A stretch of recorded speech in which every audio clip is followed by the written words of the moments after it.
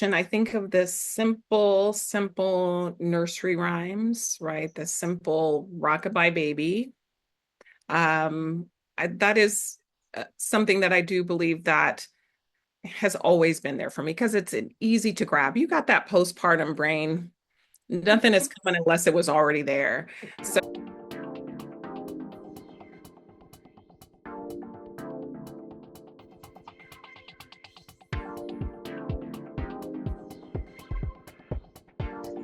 Welcome to Message Reveal. Message Reveal identifies a vibe, a message, or a story told through lyrics of a song. And you guys, if you rock with me every week, you know what I do and you know how I do it. I tell you about our special guest. And I'm super excited. She's been on before. She came on during my first season. You know, she rocked with me on my first season. I am so appreciative. So, let me give you a couple of things that my special guest is. She has plenty of things, but I'll only give you a few. One, she is a community midwife. Yes, we need that. She's also an advocate for reproduction justice. And last but definitely not least, she's the director of education for the Birth Collaborative. You guys, please put your hands together and welcome my special guest, Miss Jollina. Welcome! How thank you. are you? I am well, truly blessed and feeling excited to be here with you today. Thank you for having me on. Thank you. Thank you so much. As I say to all my guests, I appreciate you. I know you're busy, and for you to just carve out some time for me, I'm so appreciative because what you're doing, I need the world to know about. And if we start with one little drip at a time, we can Mhm. get back on that road of this information that we had many eons ago. Correct? Absolutely. Absolutely. It really is. A stream does start with a single drop of water coming from somewhere, right? hmm And as the snow melts, the water rises. We love it. Yes. So let's just, before we even get started, because I'll get deep, let's talk about music, right? Hmm. So, as I say all the time, music has turned me all the way out in a wonderful way, okay? In a wonderful way. So, as we get started, would you be able to identify a song that maybe has blessed you, provided lessons, or distractions? Now, I don't know if you remember from the second season, um, I put a little twist on it. If you can sing, I need you to sing your voice box. If you can rap, that's on the table too. But last but not least, if you cannot do either or, I need to you to express it with passion. Like they say in the streets, stand 10 toes down. I need to be able to feel it. So I'll go back to my original questions. Lesson, blessing, or distraction. So I've had so many of those songs this over this last year. So I will start with a distraction because that advocate piece of me doesn't get a lot of talk in some of the circles that I'm in. So let's talk about distraction. And I remember telling you before, I'm a musical theater girly. I Yes. love musical theater. It is the music of my childhood, right? Other than church music, it's the music of my childhood. So this last year, at least I think it was just 2025, that the second part of Wicked came out, and I hated it. Hated it. Hated it. And so I feel like the entirety of the second part of Wicked was a distraction. And the song that they added for Elphaba, um, oh, and I wrote it down. I'm sorry. I'll pull it up and figure it out. But it's the one where she's trying to encourage the people to stay in, not the people, the animals to stay in Oz. And all the people were just like, we're thinking about it. We're thinking about it. And then they bombed the exit, and the people are like, yeah, nah, I'm out. I'm out. I'm sorry. Because they're like, they literally are following you around to hit us. And I was listening to that song and listening to this whole second soundtrack, and I'm like, these folks are playing in our faces. They are playing in our faces. They're trying to put this beautiful character that Cynthia Erivo embodied as Elphaba. And every turn in that second half of the movie and the show was just like this Black woman gets, you know, deceived, lied to, but she's still standing strong, fighting for her place. And then at the very end, she's following the scarecrow guy out, and she looks back with such love. And I'm just like, nah, that ain't it. Burn it down, Alpha, burn it down. Mm-hmm. So that was a distraction for me. I felt like that whole second part of this musical was like, Yeah. stop playing in women's faces. We're not here to save you anymore. We're here Yeah. for our people. So Yeah. And yeah. and and let's just dive a little bit deeper from my perspective. When you Mhm. save yourself first, then you can save anybody else. But you have to start with yourself. And I think we have been mothering everybody else, which is okay because we are the mother of the universe. I say that 10 toes down. But we have to get some things in order with us. Yeah. Absolutely. So first of all, we have to know, deeply who we are fighting for, right? Deeply who we are here for. And interestingly enough, in that opening scene, it was the bear that she called Nanny Bear, is like this woman who cared for her, this woman who raised her, was saying, look, we're saving ourselves. And she's like, no, no, no, but we can change things, right? Not recognizing that saving ourselves is actually mandatory because Yes. we can't go into the sick, we can't go into it sad, we can't go into it depleted. We actually need to move when we're strong. Um, so we have to care for ourselves. We can't pour from an empty cup. Literally can't pour from an empty cup. It's nothing but dust up in there. Girl, Trying huh. to, we're trying to give, and we got nothing left to give. So I am, as much as I believe that we are resilient and we have the courage, we have the strength, I'm not going to waste it on people who don't want it. Yes. So, Yeah. No, I think you're absolutely right. And as I said, the first season you were on, and we say it now, this does not mean that if someone that does not look like us need help, it's not like we're going to say, no, we cannot help you. We're saying collectively, we need to sit at our own table and discard things that no longer works for us and put in absolutely. places, systems and processes that we can use now and for generations to come, because that's really the bigger picture. It's been some things that were in place that have been dismantled, Yeah, and we're not able to tap into midwife, midwifery, doula, and we can go on many occasions. So that's why I'm in agreement with you. mhm, Let's create, let's take care of ourselves, and then we can help everybody else. absolutely. And when we can build from a place of strength, and it is not just a singular strength, right? We are building out community strength, right? And in that place of community strength, that is where we build. We can't do it one at a time. We can save ourselves one at a time. We can build up our resilience, but we can't actually do that alone. A lot of times it takes our community standing with us, standing behind us, standing in front of us, showing the way, um, to gather together to build up that knowledge and reclaim that strength to go out and get what we need, truly. Yes. Yeah. Well said. Well said. Um, for those that are maybe new viewers, and of course, I'm going to put in the description the previous interview you and I had. Can you just give a brief description of what a midwife and what a doula do, but also kind of serve the family as a whole? Absolutely. That is one of the most common questions that I get. So, the difference between a midwife and a doula. A midwife is a care provider, an actual medical care provider who works to maintain and preserve and hold the health and wellness and clinical needs of the dyad.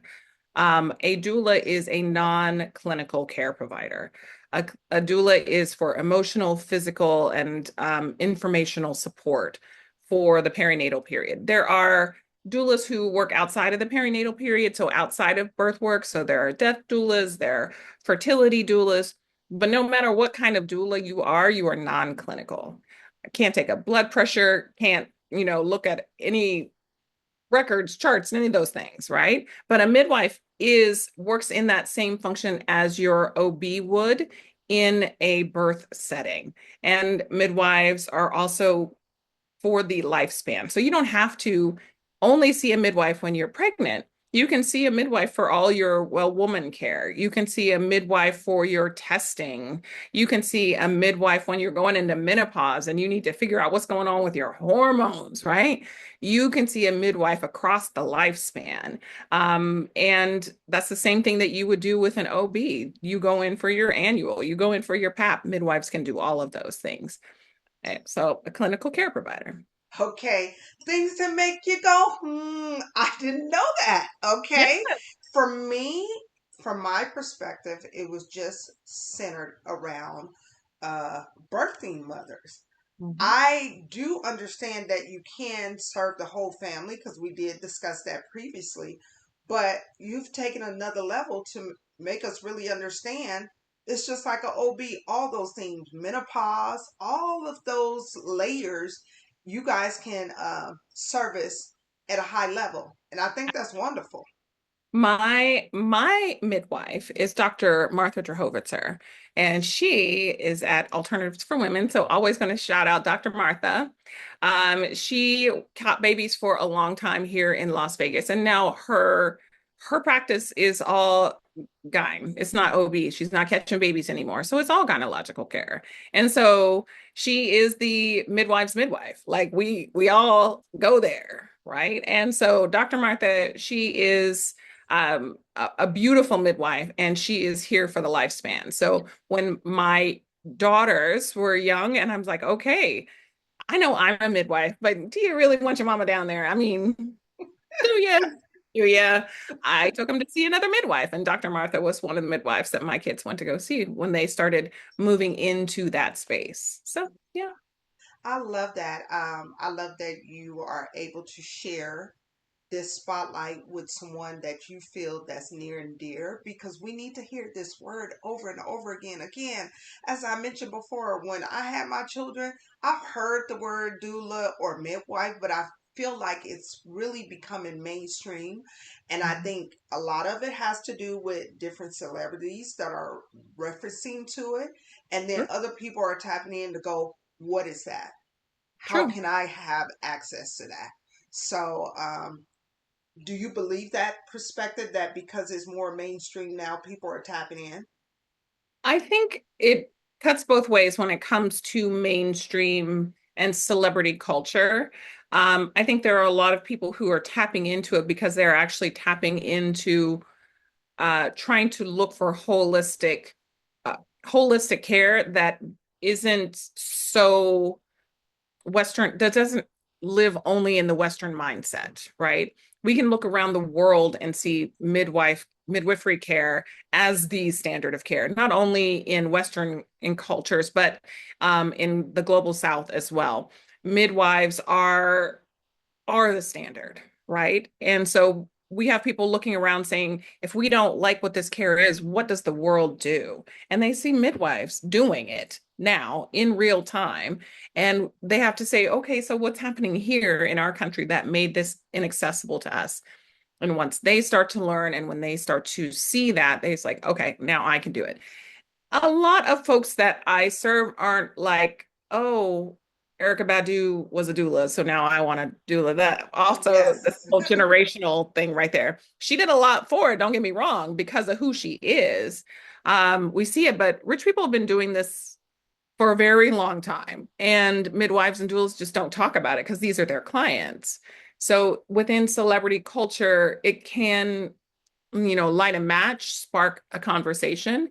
But most of the people who are coming to this are coming to it organically. They're coming to it because they see what their friends are going through. They see what their family is going through, and they want something different. They want something better. Yeah. And when I talk to clients about a lot of things that are driving Black families into midwifery spaces and into doula space. It is the numbers. It is the maternal health crisis that we're in. And they see that and they're like, I need more, I need better. And they come to it organically because they are seeking the care that suits their needs. I'm glad that you mentioned that. And can you just highlight some of the crises that we're currently in when Mm. it comes to the care that Black women are not receiving or not being able to express themselves and the provider belief? Absolutely. So I think in 2014 was when the big numbers started coming out showing that Black women are 3 to 4 times more likely to die as a childbirth related injury, disease impact. And those numbers were coming out around 2014, 2015. And so those numbers have stayed consistent for Black women. So even though numbers have gone down for every other population since 2015. For Black women, they've stayed steady there. And so when we have um, when we have that narrative still out there, it's like it is still there. We have not gotten better at it. Why are we not getting better at it? But then when you talk to folks who have midwives and who have doulas, who are taking this road to care, our numbers aren't their numbers. Our numbers are better numbers. So not only are midwives typically also taking care of lower risk populations than there are in hospitals, but apples to apples, midwifery care, the midwifery model of care has better outcomes. It just does. But, also we're dealing with a low risk population. Doula care has been shown again over and over, state by state, number by number, to provide better outcomes for families, greater satisfaction in the birthing process for families. And doulas care for high risk and low risk mamas. So if you know that you're going into it and what you want is someone to help you with communication, you want someone to help you understand what's happening in the moment. You want someone to provide you resources so that you can make an informed consent. Doulas are doing that already. And so that satisfaction level, that confidence level that parents get because they know that they have someone they can ask more questions to. And doulas don't take the place of a doctor because we can. We don't take the place of a midwife because we can. And we also don't take the place of that partner and the parent because we can't. What we're there to do is provide an array of information so that you are truly informed and can give enthusiastic consent, even if it's not the thing that you wanted. But now you feel confident and comfortable making the choice for you and your baby. And that's a difference that can't be changed even if it's a decision that I don't like, even if it's a decision that I truly didn't want, to make it confidently knowing that the health and welfare of my child and myself are protected, it's invaluable, truly. Yeah, yeah.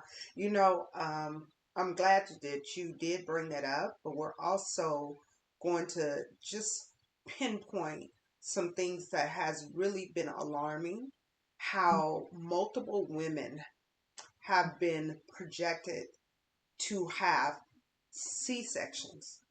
And even as simple as something where the heart rate drops and it's not nothing that's damaging. It's the baby, from my understanding, you can correct me, is getting ready to go through that canal and they automatically put into the spirit that, oh, your baby is not going to survive. We have to do a C-section. And you and I both know that Mhm. C-sections bring in much more money Mhm. than natural birth. And much Uh, more you and said, more yes. for that birthing person. So there's also data out there now that's saying Black women are getting C-sections. And I wish I don't have this one. I believe the number is 25% more than their non-Black counterparts for things uh, that aren't necessary. So I will pull that number for you to make sure that I have it right. But when we're looking at peer-reviewed studies, when we're looking at data, we still have disproportionate outcomes to our counterparts, and that is unacceptable. And we are not coming in any sicker than our counterparts. We are not coming in with more complications than our counterparts, especially when we're looking at socioeconomic status. So it doesn't matter whether you're a rich mom or a poor mom. If you're Black, your outcomes are worse. So when we look at the strata of where we sit in our outcomes, we recognize that it is a systematic problem. It is the system that individuals are working within with their own bias and with their own views that make our outcomes worse. And we can do something about that. Yeah, And we yeah. are doing something about that. Yeah, definitely, definitely that. But these are things that are definitely alarming. And for you to point out it had nothing to do with the social economic background and it's still happening. So that means someone that looks like me that makes over $100,000 a year versus somebody that makes $20,000 a year. We're still sitting in the same boat, experiencing the same thing when it comes to care. Because that's the system. That's the systematic problem. That is embedded bias within the medical care system.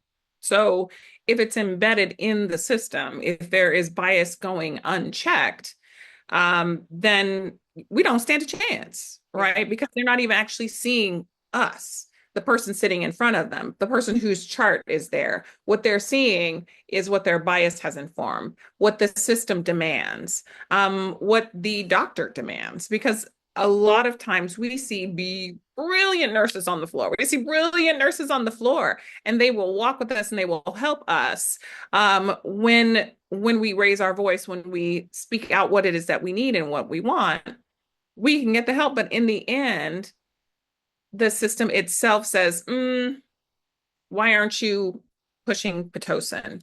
Why has this first time mom been laboring for 12 hours? Where's the progress? Where's the progress? Where's the progress? Instead of looking at that individual person and actually looking what is happening not only with dilation, right? Not only with the contractions, but who's in the room with her? Who's helping her? Is she also talking about her toddler at home and what's going on? How's baby going to get to school? Who's going to do all these, that, and the third, right? Um, we can't, we are isolating our families and only looking at a very small set of numbers as to what is happening to her in labor. We're not actually looking at the full labor experience. And as a midwife, seeing home births and seeing hospital births with families who have the autonomy, who use their voice and get the labor and delivery that fits their needs. And I'm not even going to say always what they want because labor is hard. And so does she want to have to get into a pool and push that baby out and push the baby through the ring of fire? That's hard, right? This is hard work. yes. But to see that and to have seen it over and over and over again, I I know that we are capable, right? I know that we are capable. I know our bodies know how to do this. And I know that we are, when given the right support, the right time, the right love, truly, the right patience, the right space, there's so much more that we can do and accomplish as birthing women that we are honestly being stripped of because the medical system believes it's a medical emergency. And sometimes it can be, but it is not a normal human process in most birth experiences. This is a normal human process. Um, and when we can hold our birthing families with expertise, with love, with space, with gentleness, with soft light, with informed consent, with unbiased medical information, then that person sitting in front of us can make the decisions um, to bring their baby healthfully and lovingly into the world. And that's another thing about systems. A lot of times we just distrust. The system distrusts this patient in front of them. We see it in the language.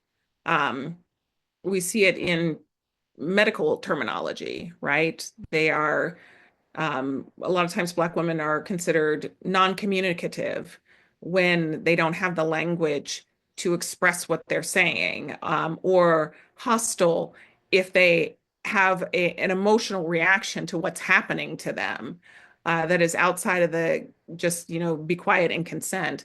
A lot of times we just can't catch a break. And what we need is somebody to say, tell me how to say I want X, Y, and Z. Then we can talk it through and ask the questions. Is this what you want, or is that what you want? How do you want to say this? Does this make sense to you? Or doc, can you explain what you just said over again? Because she didn't get that, right? Mama, did you understand what they just said to you? Oh, you didn't? Hey, nurse, can you say that again? Do you have any more questions, Mama? You have more questions. Okay, nurse, can you explain that better? All right.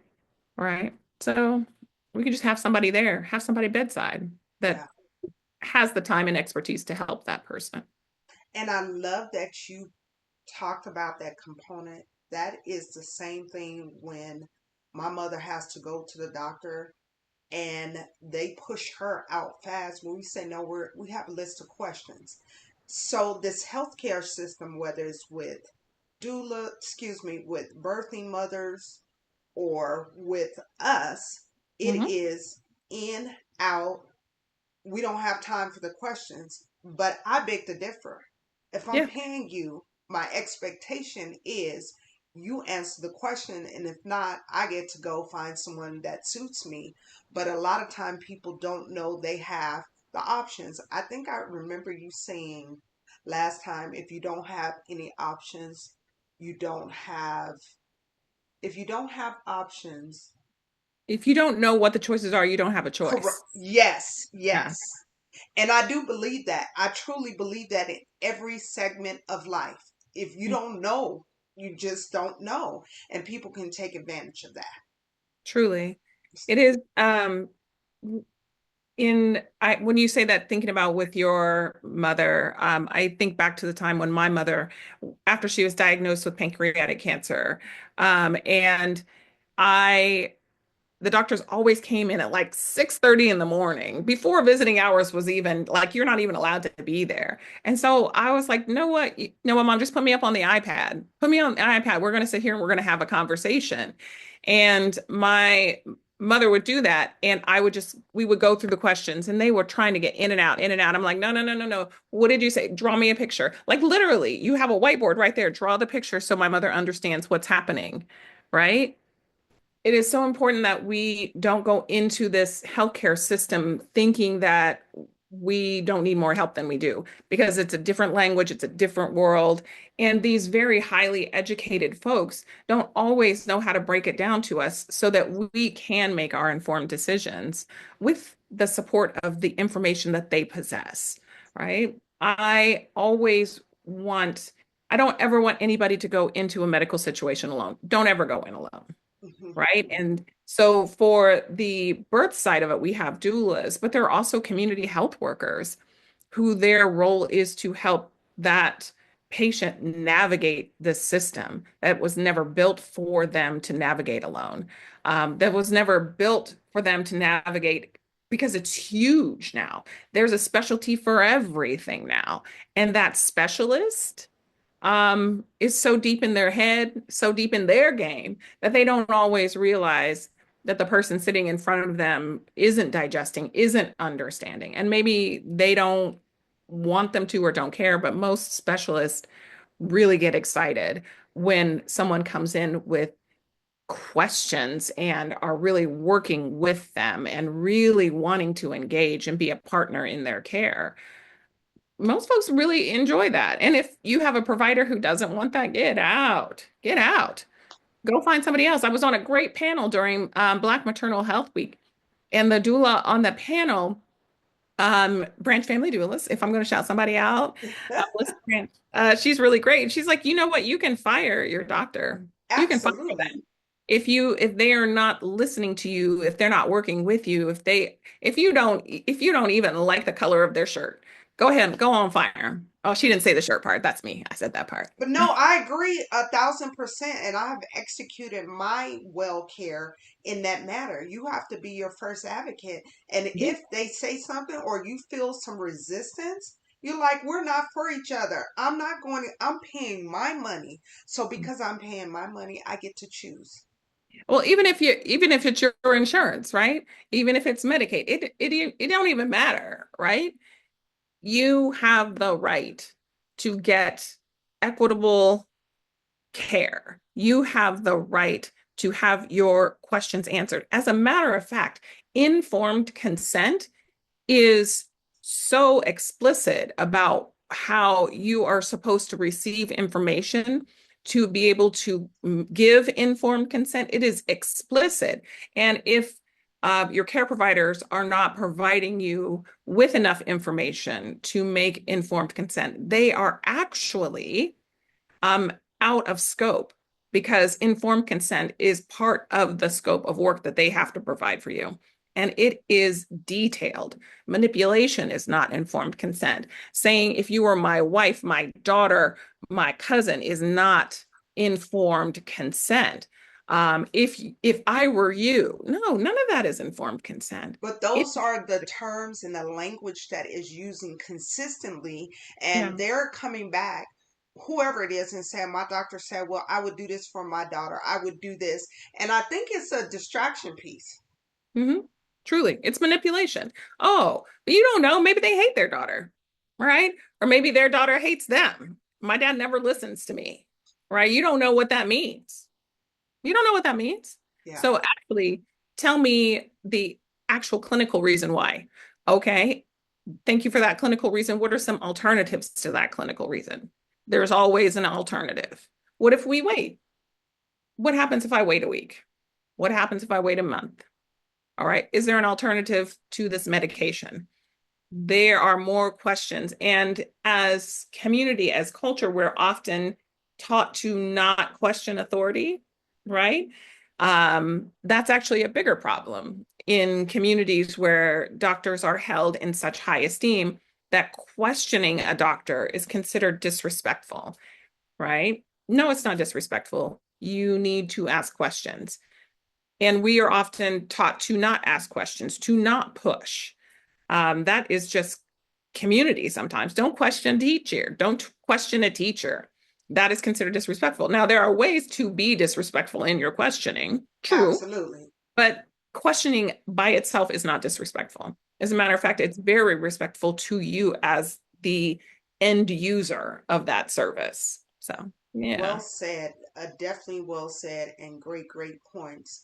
I always think in my head these videos or these episodes can ring true for generations to come, to just some fundamental information and say, yeah, I get to ask questions. Yes, if I disagree, I can get a new or seek out a new practitioner. Like just all of these things that sometimes our youngest ones may not even be aware of, or even our elderly care. So, Mm. I don't mean to go into multiple details, but it was just really necessary that we really talk about that, because to me, that's the primary foundation for care. So, Absolutely. You are, like you said, you are your first advocate. mhm, You have to be that person for you. mhm. And we can teach this to our children when we're going to the pediatrician. All right. We can say, even when my daughters were going to pediatricians, and the pediatrician would be like, I'm going to fill your belly now. I'm like, actually, doc, you actually need to ask her permission, not just tell her that you're going to feel her belly now. So ask permission.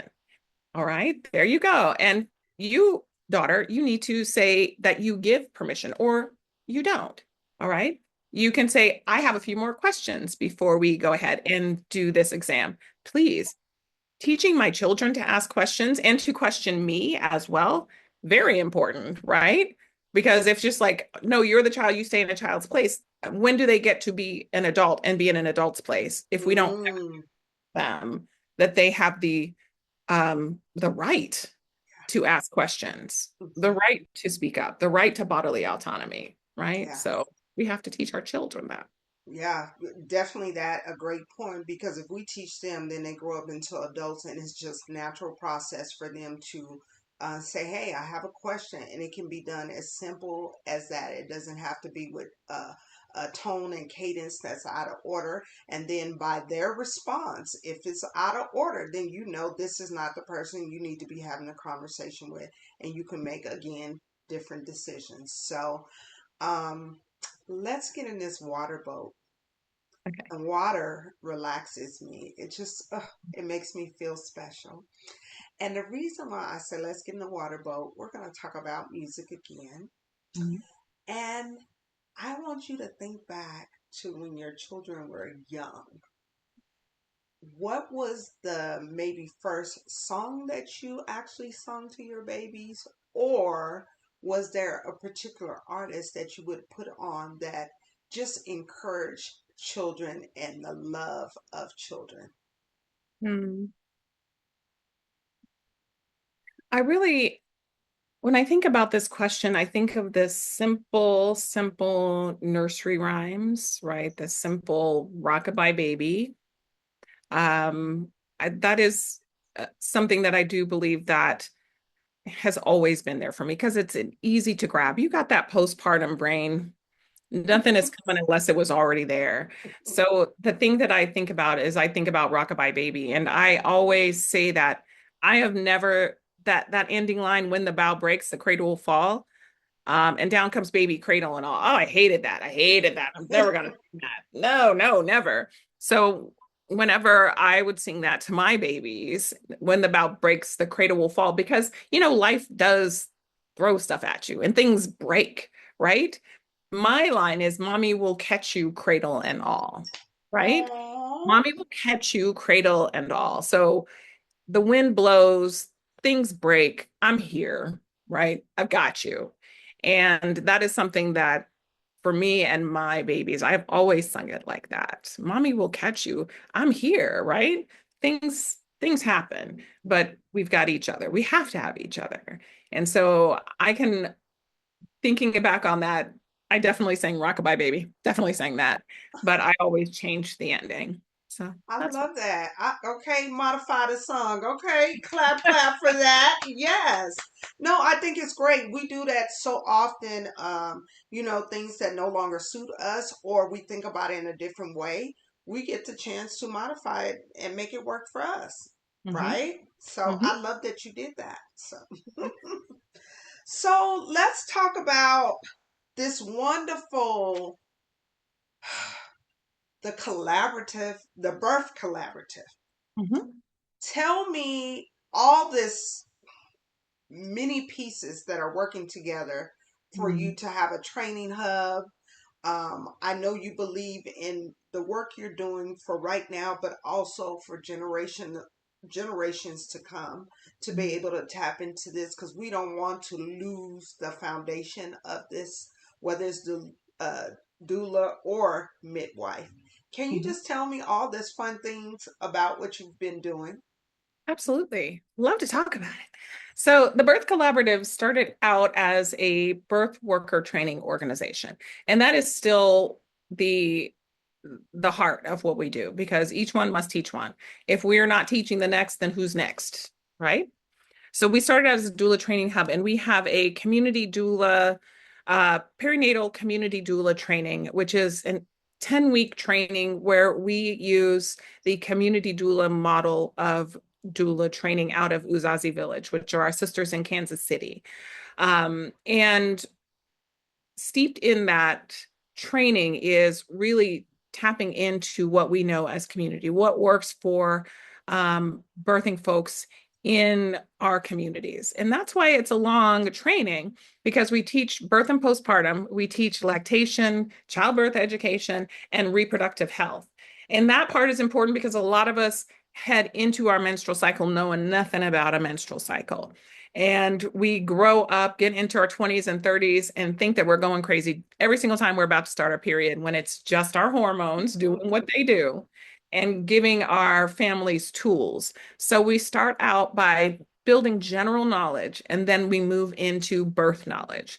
So that is our doula training. We also make sure that we surround them with community. So we have a mentor who takes our doulas to a birth them, So the first time they see a birth, they are not alone. They have a really strong professional doula there with them, showing them things, talking about would you chart this, or would you squeeze their hips here, or maybe you get to lay down, take a nap because mama just got an epidural. You Mm. never know.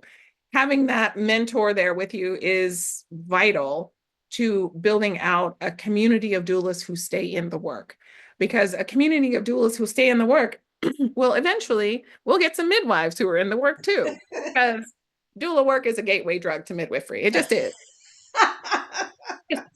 That's so funny, but I believe that. It is so true. So when we think about where we started and where we have progressed to now, we started a community care day. So we have the doulas that we train, who go off to be entrepreneurs, but not entrepreneurship isn't for every person, right? So True. now we have the block team. Now I say block, BLOCC. That is birth and body, literacy, outreach, and community care. So our block team is comprised of 5 doulas and 4 midwives. And we have a community care day. And we are lucky enough to have a partnership at Nevada Partners, or we take over most of their rooms on a Saturday.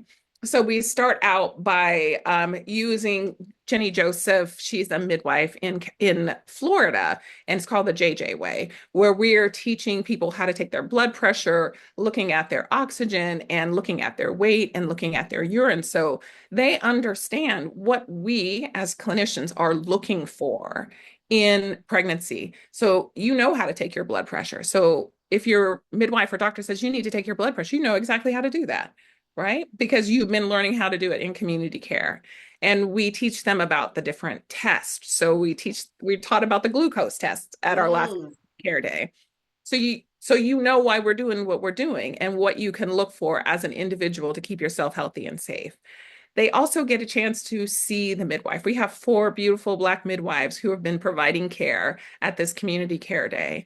And so not only are we seeing clinicians who look like us, who are understanding what we are, how we're moving out here in this world, right? But also we are encouraging them, since this is only once a month, we are encouraging them to see their care provider, making sure that they have questions for their full-time care provider, the person they're going to deliver their baby with. But we're also doing education. So this last time we talked about different positions that people can get in. We talked about standing, rocking. We did a great little ice exercise where they have to hold ice in their hand. And so are we breathing through this? Are we moving through this? Are we rocking through this? What are we Mm. doing to help ourselves navigate this discomfort? So we're giving them tools to work with what's coming. And then we celebrate our babies. So we had mamas who's been rocking with us from the very beginning, from our first community care day. She had her baby. And so we celebrate the babies who are now in community, but we're also celebrating that mama, because now we don't often talk about this, but as soon as you have a baby, the possibility of you being a grandparent is real, right? So when you and your lineage, literally your DNA is carried through to that baby. So as soon as you have a girl baby, her eggs are already in there. So you're a grandmother, right? Yes. And what would it look like? Truly, what would it look like for you as this 24-year-old to be loved, cared for, supported, educated, and held as that grandmother, so that when your grandchild looks back at you, understanding the lineage of care that comes down the line for them, because whatever is happening to the grandmother, that baby, that grandbaby is impacted by. So Mm. we truly believe that community care is legacy. It is lineage. And that's why we put together this day, because we want our mamas to come in, understand what's happening with their bodies, see a loving care provider, get more education. And of course, we feed people, because why you come and sit with us for 2.5 hours and not feed a pregnant belly? Who does that to you? Oh. So we feed our mamas and we send them home with the help of our community partners, we send them home with fresh fruits and vegetables. We have Farmer Shy who comes in and talks to them about herbs and teas and tonics and, food as medicine. What are you doing with all those leafy greens? How are we doing this? We doing it all with salt? Or are we doing it with, something a little more healthy, right? Yes. So we truly believe in nourishing our community with care, with actual food to take home, and with education. So that's our community care day. And that is our that I'm so proud of it. Truly, I'm so proud of it. As So you proud of should. our team. Yeah, we get out in the community, we go out and you might see us out at a table and we're actually giving out safe sex kits. We're giving out safe sex kits because as midwives and doulas, we love babies. We love Yes. babies. We want you to have fun having a baby. We want you to be safe Yes. making that baby. But there's also a pregnancy test in there because we need you to get care early, Hmm. right? I don't want you waiting 3 months in. I want you to see a midwife as soon as you know that you're pregnant, right? Mm. Actually, I want you to see a midwife long before then because woman care is important. Yeah. But in this work that we're doing right now, care is immediate, but building community is so important. Understanding what's happening to your body is powerful. It's powerful Yeah. more than anything. And this is the part that I love about community care days. We are not the midwives and the doulas up there only providing that level of expertise. We are looking at all these mamas in the room saying, what did you do? How did you manage it? Who's your pediatrician? Do you like them? Why do you like them? I love Are that. you breastfeeding? What was that like for you? How are you managing this? Because that collective knowledge and that collective care is also something that we have lost because we stopped talking about it, Hmm. because we stopped sitting in rooms where there are, a mother and her daughter both have a baby at the same time. Yeah, that happens, right? Yes. And, everybody's breastfeeding or everybody's talking about the new car seat, everybody's talking about the new breast pump, everybody's talking. And we need these mothers to realize that the expertise is in the room with us and they are part of it. Yeah. So I love that. That was one of the questions that you actually answered. Do you have a space and time where everybody gets to kind of communicate and talk about the things that they went through? Because typically, if one person says something, someone else can piggyback off or offer advice or give some examples. So I love that that's available. I would love maybe sometime in August if you can invite me. I just love to be a part. I don't know, my babies are my son just turned 18, my daughter just turned 16, so I don't have no little babies, but just to be a part of that and just to sit in and offer whatever help from me, from my perspective, whether it's stories or whatever. So if you ever think about it, please tap me and I would love to come and check it out in person. that sounds lovely. And storytelling is how we get by, right? And this is how we pass knowledge. We getting all that stuff out of books, that ain't it.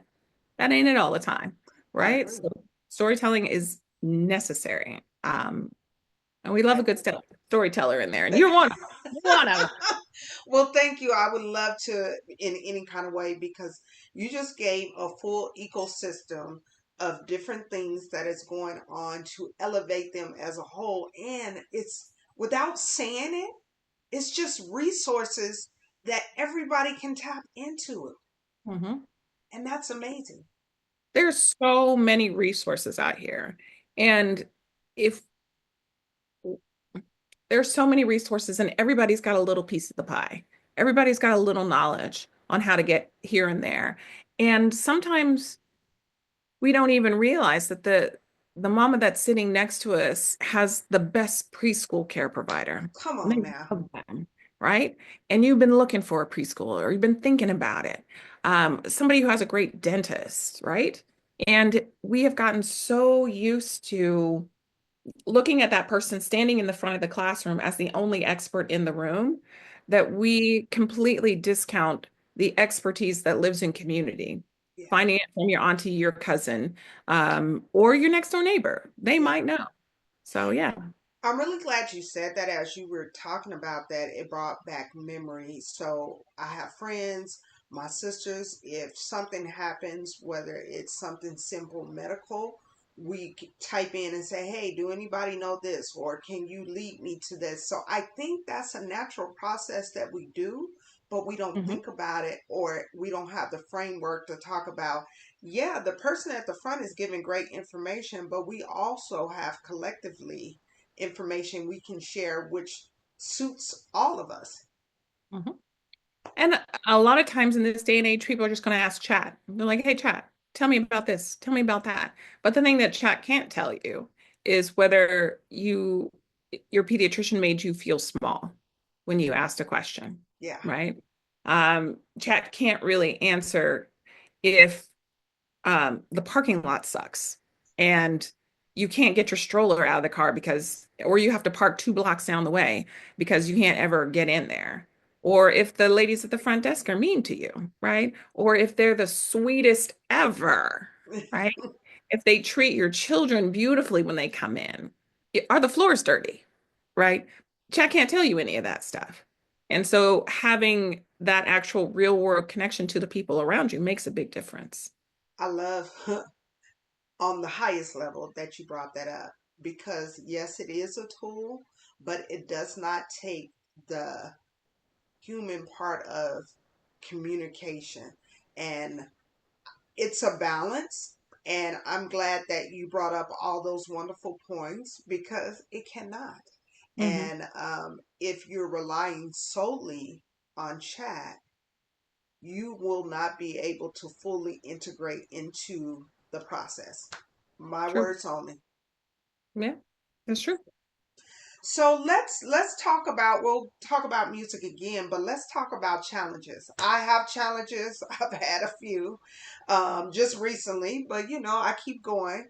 I know you have had challenges. Can you identify a song that when you are challenged and your spirit is just a little bit low, you can put on something and it's going to take you to the next level, to give you the ability to think so you can figure out a solution? Absolutely. So this is God is trying to tell you something. Maybe God is trying to tell you something from The Color Purple is Yes. still one of my favorite songs. And it is still, I can hear that like that. Yes. And in my mind, when I sing it, it's like it's 3 o'clock in the morning. Maybe God's trying to tell you something. You got woke up. It's like, I love that song. It's on my regular, cleaning day rotation playlist.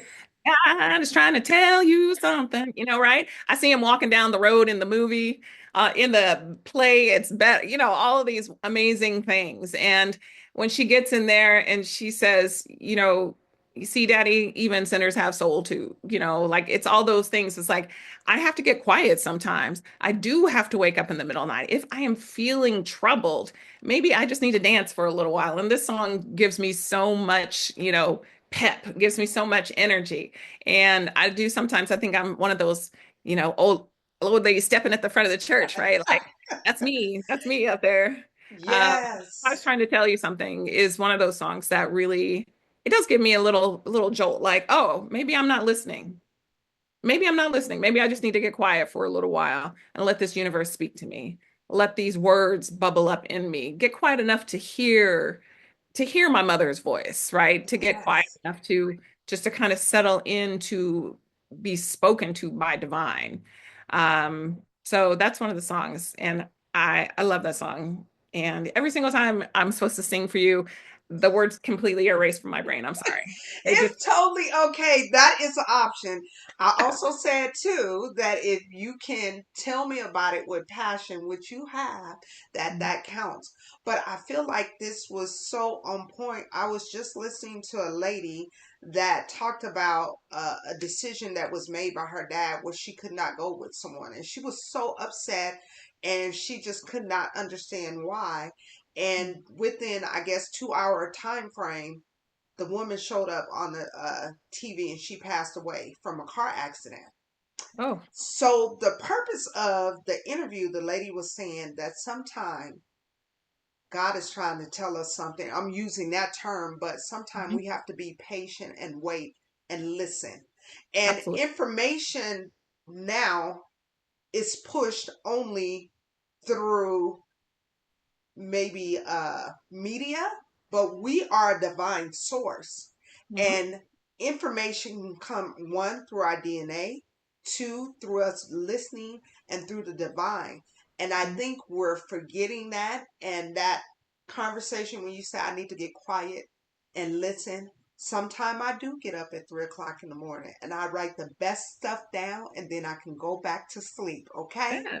So we need to continue to have those conversations about levels of communication. And that song was a great. I didn't even think about it like that, but how you broke it down was superb. So I have to give you a hand for that.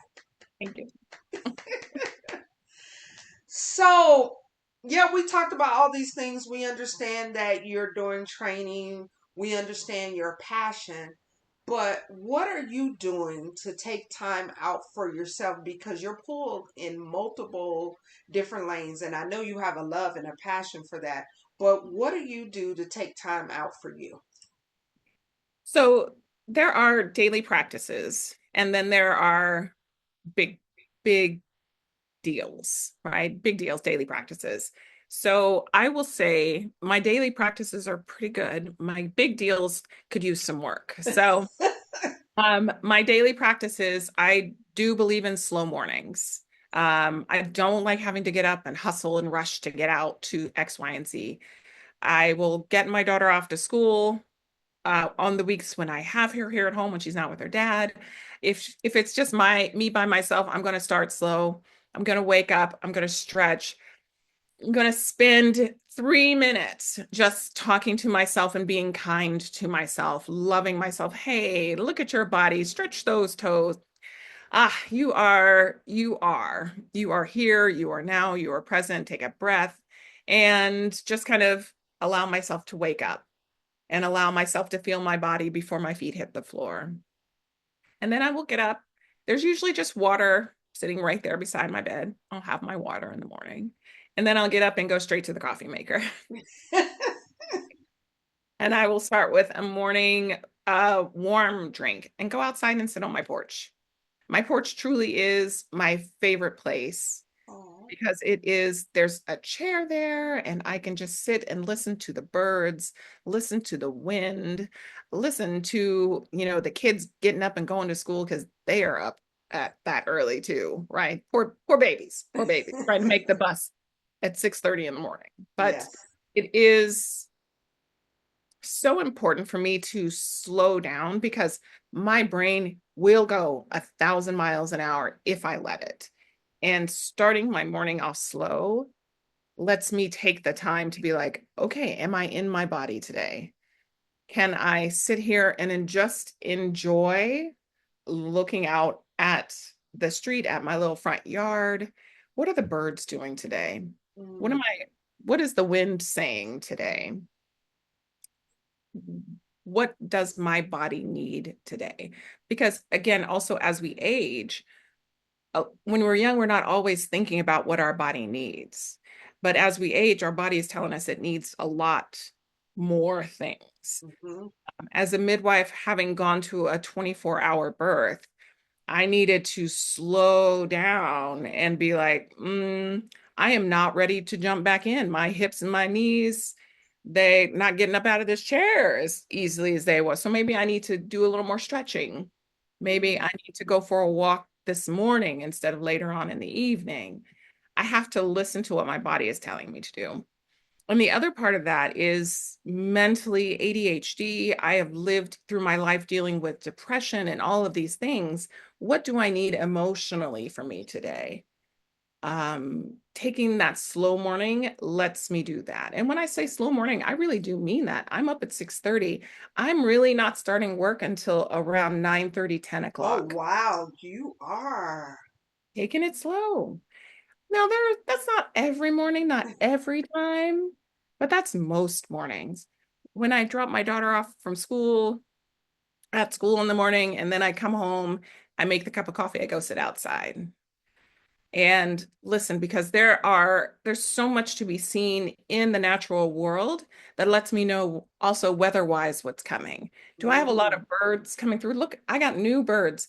The migration pattern. Now we get to see our palm trees are sprouting with their seeds. So now I see, oh, that's different.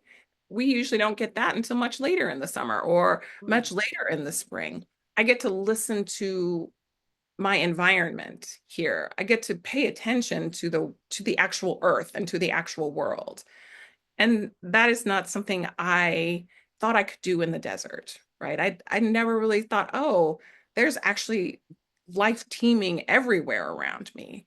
There's a little wasp nest that's built up underneath the mounds mm. of the palm trees in the far front yard. I'm like, oh, if I wasn't out here looking at this, I wouldn't know that those wasps are flying in through that little crack. I have to take it slow in the mornings. And then when I get into my office, I close the door. I burn a little incense. There's my little incense maker right there. She's right there. Burn a little incense, put the music on, and lock in. Um, and I am able to do that because I give myself the time and space to just be. And I also just love that about this time of life that I'm in. I also am not grinding it out for 8 hours every single day all the time. Some days are a 6 hour day, some days are a 4 hour day, some days are a 12 hour day. Those 12 hour days, I don't mind them. Like sometimes it's like 8 o'clock at night and I'm in it. And I'm like, oh, wait a minute, sleep hygiene. It's late. I need to stop. But I feel great. I didn't feel depleted Yeah. because that's what the day allowed me to do. And being an entrepreneur, being in business for myself, I can choose that. Um, so that's what I do. That's what I do for myself on a regular basis. I haven't traveled to that beach in a while. I was thinking about this with my youngest and I went to California, but we didn't get a chance to go to the beach. We went to like the Great Wolf Lodge, right? She was Okay, really yes. excited about that Well, it's water there. water there. And I was like, I'm missing the ocean. Like I missed the water. I got to go to the Black Midwives Alliance. It was out in Norfolk, Virginia. And so I went to the water there, but they had a cold snap there and it was freezing. It was Mm. freezing. I went there for a sunrise morning, for a slow morning at the beach. But I stepped out. Had to take a blanket from the hotel. I had all these layers on because it was 85 one day and snow on the next. Oh, The next day, I was just like, I got to go to the beach. I got to go to the beach. I have to go to the water because I do crave the ocean. I do crave that. And being from the East Coast myself, I do crave the East Coast ocean. But I would love to be able to travel more and to sit quietly in other locations. That's what I love that. I had a question asked of me in a meeting once. The question was, as a birth worker, where in the world would you like to go and support a mother? And I thought about that. I was just like, why am I working? If I'm traveling the world, if I'm traveling the world, I mean, they have doulas and midwives wherever they are that are familiar with their culture and their needs. yes. Why would I want to travel and go stay up at night at a birth? I, I don't want to do that. If I'm traveling, I just want to sit still and quiet somewhere. But Yes. it is one of those amazing moments that when you sit at the feet of birthing women, you actually are transported. You actually do travel with them because they are in labor land. They are going through so many different things. And every single time they open their eyes and look at you in that space, you realize that you are grounding them in this room in this moment because they're traveling. They're in labor land. They're working through all of this stuff that's going on in their body. I don't need to be in a foreign place with foreign language and like I don't even know what kind of soup to serve you over here that is helpful. But I would love to travel just to be still and listen to the world that's there. Now, I would love to travel and listen to the mothers about their stories there. Hmm. But I don't want to be at work. Yeah. Well, I am so Mhm. ecstatic that you really went into detail because for me, when you're saying the things that you're doing in the morning, it's really setting and establishing your day. If Mhm. you start off fast and quick with that hurry up, Mhm. your nervous system is like this all day, all day, all day, even if you're not aware of that. Yep. So having a moment to just breathe and be aware. Another thing you said, am I in my body? A Mhm. lot of us are not operating fully in our body. We think we are because we're physically dragging it around, but we left some pieces in the bed that's still like, I'm not ready. Mhm. So I am a big proponent of you, again, as I said before, take care of you, have a moment to breathe, and then you can Mhm. go out and rule the world, so to speak. So I'm glad you have something in place. And thank you for sharing. Yeah. When I always invite people to come over and sit with me on my front porch, like, come sit with me. Come Oh, experience this little magical place. Um, and I truly do believe that it is magical to be able to sit here and watch birds fly around, to watch the neighborhood cats do what they do, and just take a moment to stop and just yeah. be here. Just be here. And sometimes just stopping and being here is also the area where solutions come about Mm, yes. because you're so, and I'm speaking from my perspective. One time I was so quiet and I was trying to figure something out beforehand. It just wasn't work. So I said, you know what? I'm just going to take a shower and go sit out. And I was quiet. And before you knew it, little things start coming, whether it's sitting out or me taking a shower. My water game Mm-hmm. is next level. Sometimes I'm jumping out, writing things down, and jump back in. That's just how awesome the water game is. But my point is, sitting and being quiet is such a great quality, but it is only done by the individual. No one can force you to do it. You have to teach yourself. I love your water game. I love that your water game is strong because those are some of the tools that help our bodies regulate, right? Water, just even drinking a glass of water. Have you had water today? When we are when I'm trying to, even with my children or with a client or just a beloved friend, right? If they're spiraling, here's some water. Have a drink of water. Here's a cup of tea. Take a sip. Take a moment. Maybe what you need is a shower and a nap. Give yourself permission to go do that, right? When I am seeking solutions, rushing is never going to get me there faster. I got to get quiet. Even when I'm working with my daughter and we're both having a hard time figuring out what this is, you know what? Maybe what we need to do, maybe we can just take a minute, take a break, and I encourage them to go get in their art bag, right? Go get some clay, go get some pens, create something beautiful for yourself. Take a moment, Hmm. just get out of whatever this is and into something that is love. And when we do that, then we can come back and figure out a solution. Um, I am really good at pausing and pivoting. Um, And if honestly, if it's not my deep soul problem that I'm dealing with, or I'm not in my emotions, I can figure out solutions very quickly for other people's situation. And I think a lot of people are good at that. It's like if it doesn't have to do with me, I can work through it and figure it out. But when Hmm. it has to do with me and mine, sometimes it really is just I got to take a break and connect with myself. And water is a beautiful way to do that. Oh, I absolutely. let me sit in the shower until I run the hot water out. I Say here until that. the hot water out. Uh, Yes. and that's okay because when I get out, I feel not only refreshed, but even just in connection with where that water was touching, right? Where I wrap myself up in a big bath sheet and just go lay down just like that.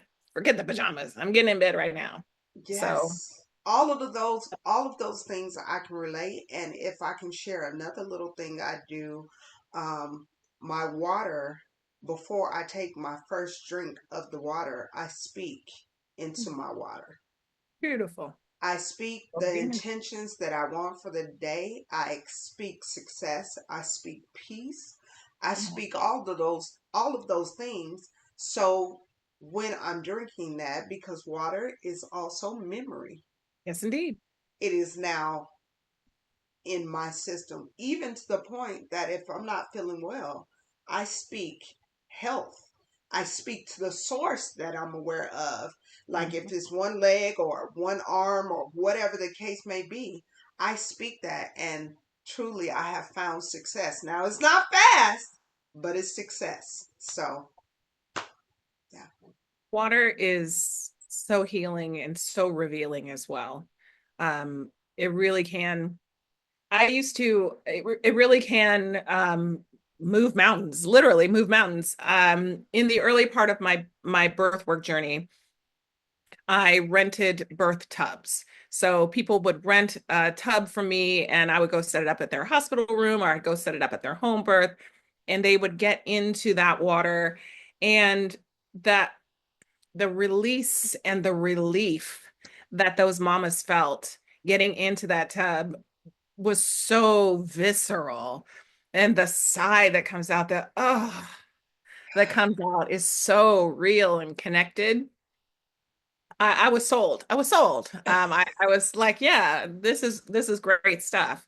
And when I gave birth to my first, I just had the shower that I needed. Like I needed that. Hmm. And we we forget sometimes to counsel our birthing people to that you can do so much with hydrotherapy. Like we get a little wordsmithy and we have to talk to our doctor. Hydrotherapy, right?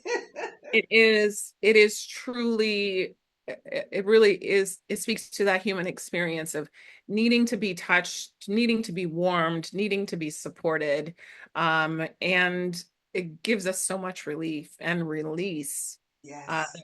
a lot of times we don't even think about it. If I have a mama who needs to pee and she can't pee because labor has been intense, we turn on a sink of running water, right? We put, warm water in a peri bottle and let her spray her nether regions to try to get that water to come out.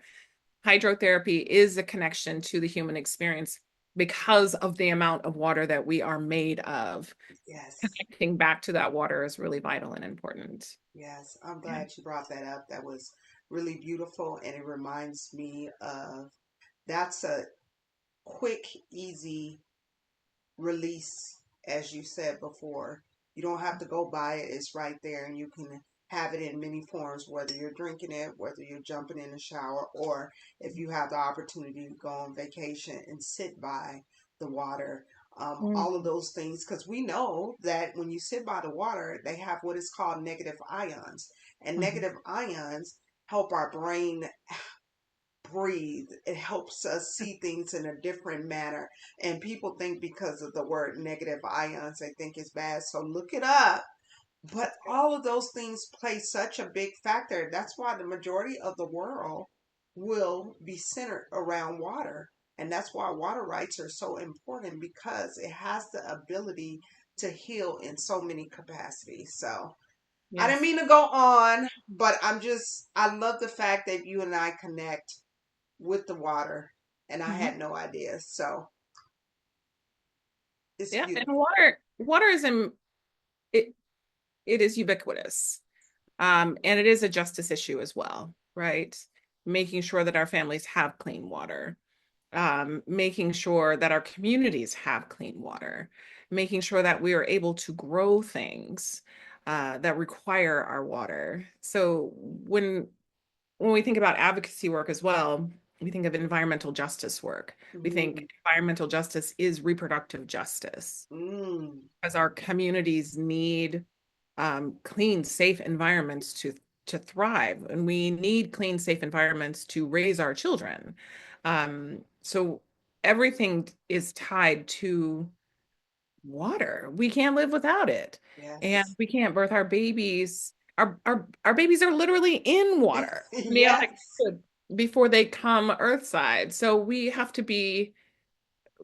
connect with what our bodies and what the earth actually tells us that we need. And and having that practitioner, having a holistic mindset really does let you tap in to those things, right? And even in labor, women forget to drink water and they can get dehydrated. And we're just like, hey, have a couple sips of water, have a couple Yes. sips of water.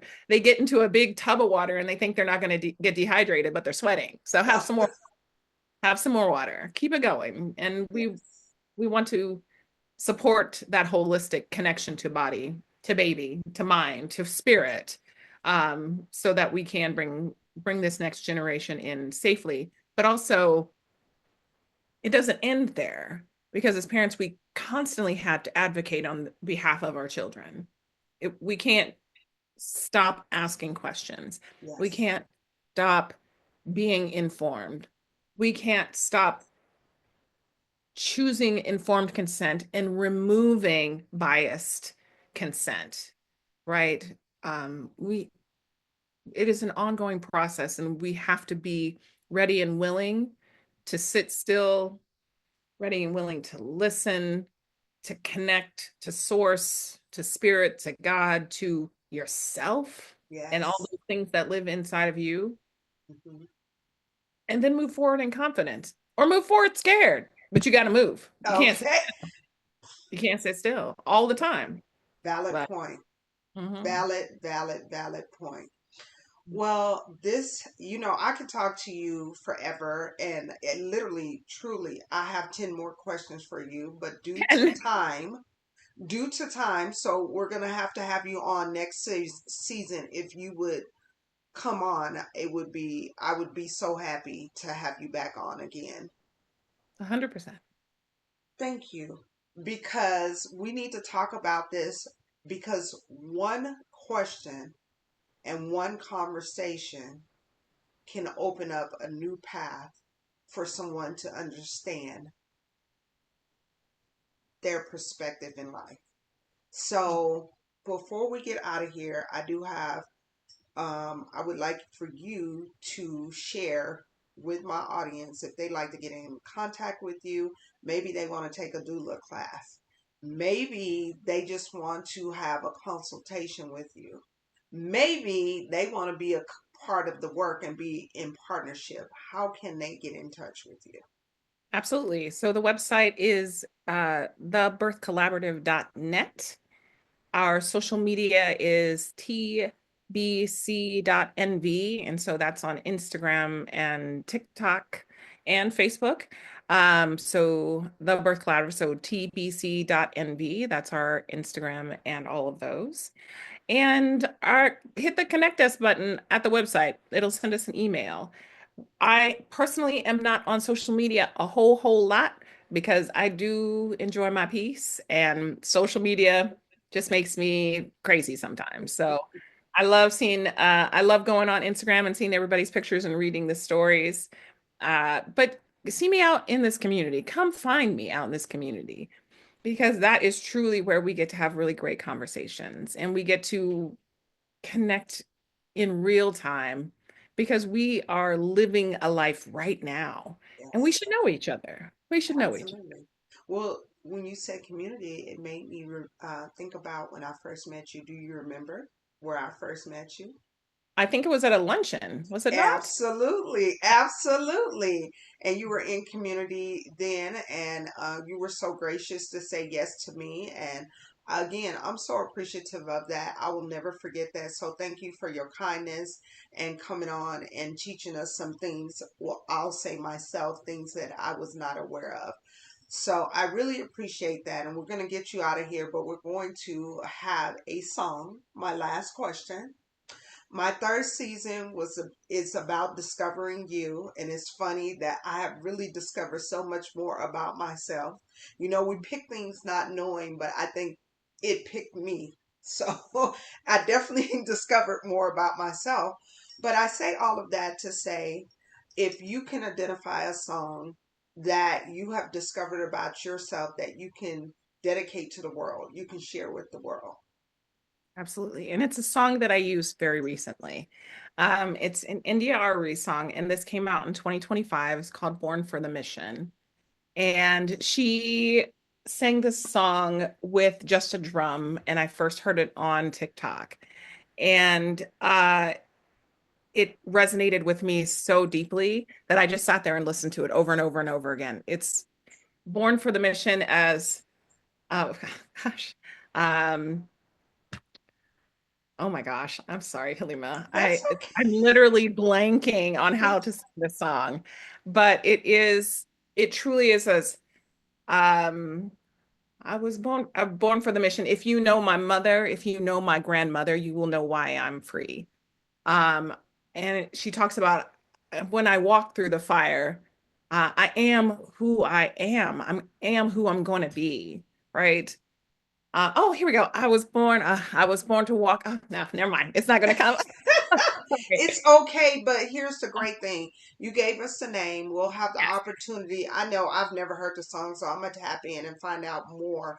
And that's what this platform is about. Is it songs that are going to uplift us or make us wonder or make us go, And this song right here, we get to tap in and find out more about it. And as you said, it must have been very impactful. You said you just listened to it over and over and over again. I So did. It was beautiful. And the reason it came back to me is because at that midwife conference this last year, a midwife started her session with this song, full voice, big chest, just, and I was just like, oh my gosh, I'd forgotten about this song. mm, And it was such a beautiful way to start a session at a conference. Nobody else started a session like that. And so she brought me back to this song. And then I remembered it again when we were thinking about how do we welcome our babies into our circle, into this community care day? How do we honor the mothers who have gone through labor and birth? And this song came back to me again. So I brought a community member in who I know can sing because, like, I keep showing you, I keep forgetting how to sing things in front of people. I brought her in because I know that she has a powerful voice. And so I wanted to bring her in so that she could literally serenade our mothers to bring them in. And she sang this song. We welcomed our baby into our community. We gathered the mothers in the front and we circled around and we said, you can do this. You know what? You can do this. You will walk through this fire. Are you, you know, your grandmother? You're the grandmother now. Like yes. you are the woman your mother raised you to be. And that's you. That's you. You are it. And you're powerful because you can walk through fire. Like literally. You go through Mm, fire, literally, and you come out to the other side. So that's the song that I am really loving right now. And that is really kind of propelling me to be inspirational and to say, yeah, we can do hard things. We can do hard things. I Yeah. love that. I love that. Um, before we get out of here, I always talk about the journey and the destination. And I feel like we have talked about that in the fact that the journey is where you learn and where you grow, but the destination is where you pause and you need to take a break and you need to go on vacation and you need to say, I did that and I figured it out and I had a solution for it. But the destination, even though it's all those wonderful things, we have to get back into that journey. And that Hmm. journey is where we continue to elevate, we continue to grow, and we'll have another time to get back into that destination to pause and to celebrate and massage the greatness of who we are. So The, the journey is infinite. The it is. destination is finite, Hmm. right? Don't stop Hmm. until it's over, but the journey itself is infinite. Yes, and I think sometimes we think it stops. That's why I say it's almost interchangeable Mhm. because if you're just on that journey, if you never stop to breathe and to celebrate, that's why we have festivals, that's why we have holidays to stop and to celebrate. I don't mean to point, excuse me. and to celebrate. But that journey, we must continue on it. Journey is just growth. Mhm. So when Great. I have my men on, I salute them. But when I have my women, I bow. So I bow to you, beautiful, beautiful lady. And I always give my last words to my guests. Whatever's on your heart, please share. I will say that being a mother is one of the greatest joys of my life. And it is a joy as we're almost at Mother's Day. Mother's Day is this coming Sunday. And a lot of times Mother's Days are flowers and restaurants and um, gifts, all of those beautiful things as a show of appreciation. One of the most exciting things that my children have done to me is gift me with the knowledge of their journey. They bring me into the stories that they're living. And through their knowledge, I get to keep growing. Through their learning, I get to expand. And through each new mother that I get to touch, each new baby that I get to hold, I see this beautiful expansion of life that motherhood has gained, that has provided gain for me. And I get to I get to be that person. I get to be somebody's mom. Okay. I get to be somebody who looks back, somebody who catches the cradle, somebody who holds them close, somebody whose tears can be held, their joy, their celebrations can be exponentially, I don't even know another word after that.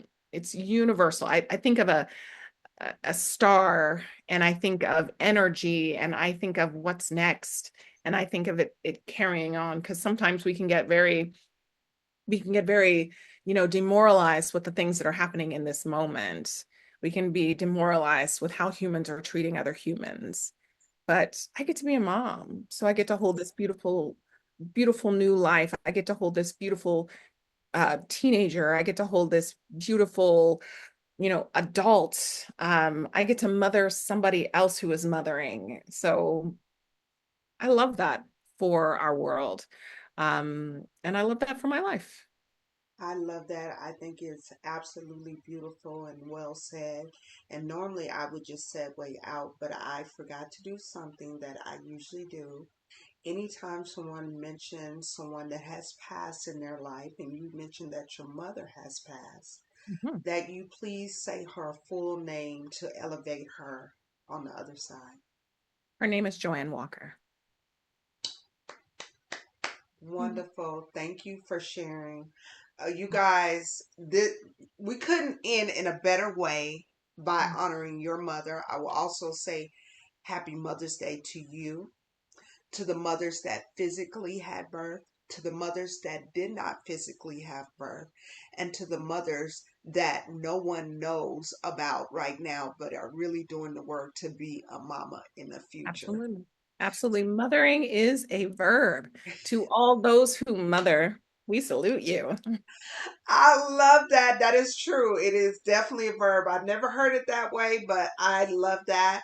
You guys, please, please put your hand together for one of my amazing, amazing guests, Miss Jollina Walker. And Thank you. as I say to all of my guests, I will see you out here in these Las Vegas streets. Yes, ma'am. I'll see you. Thank you.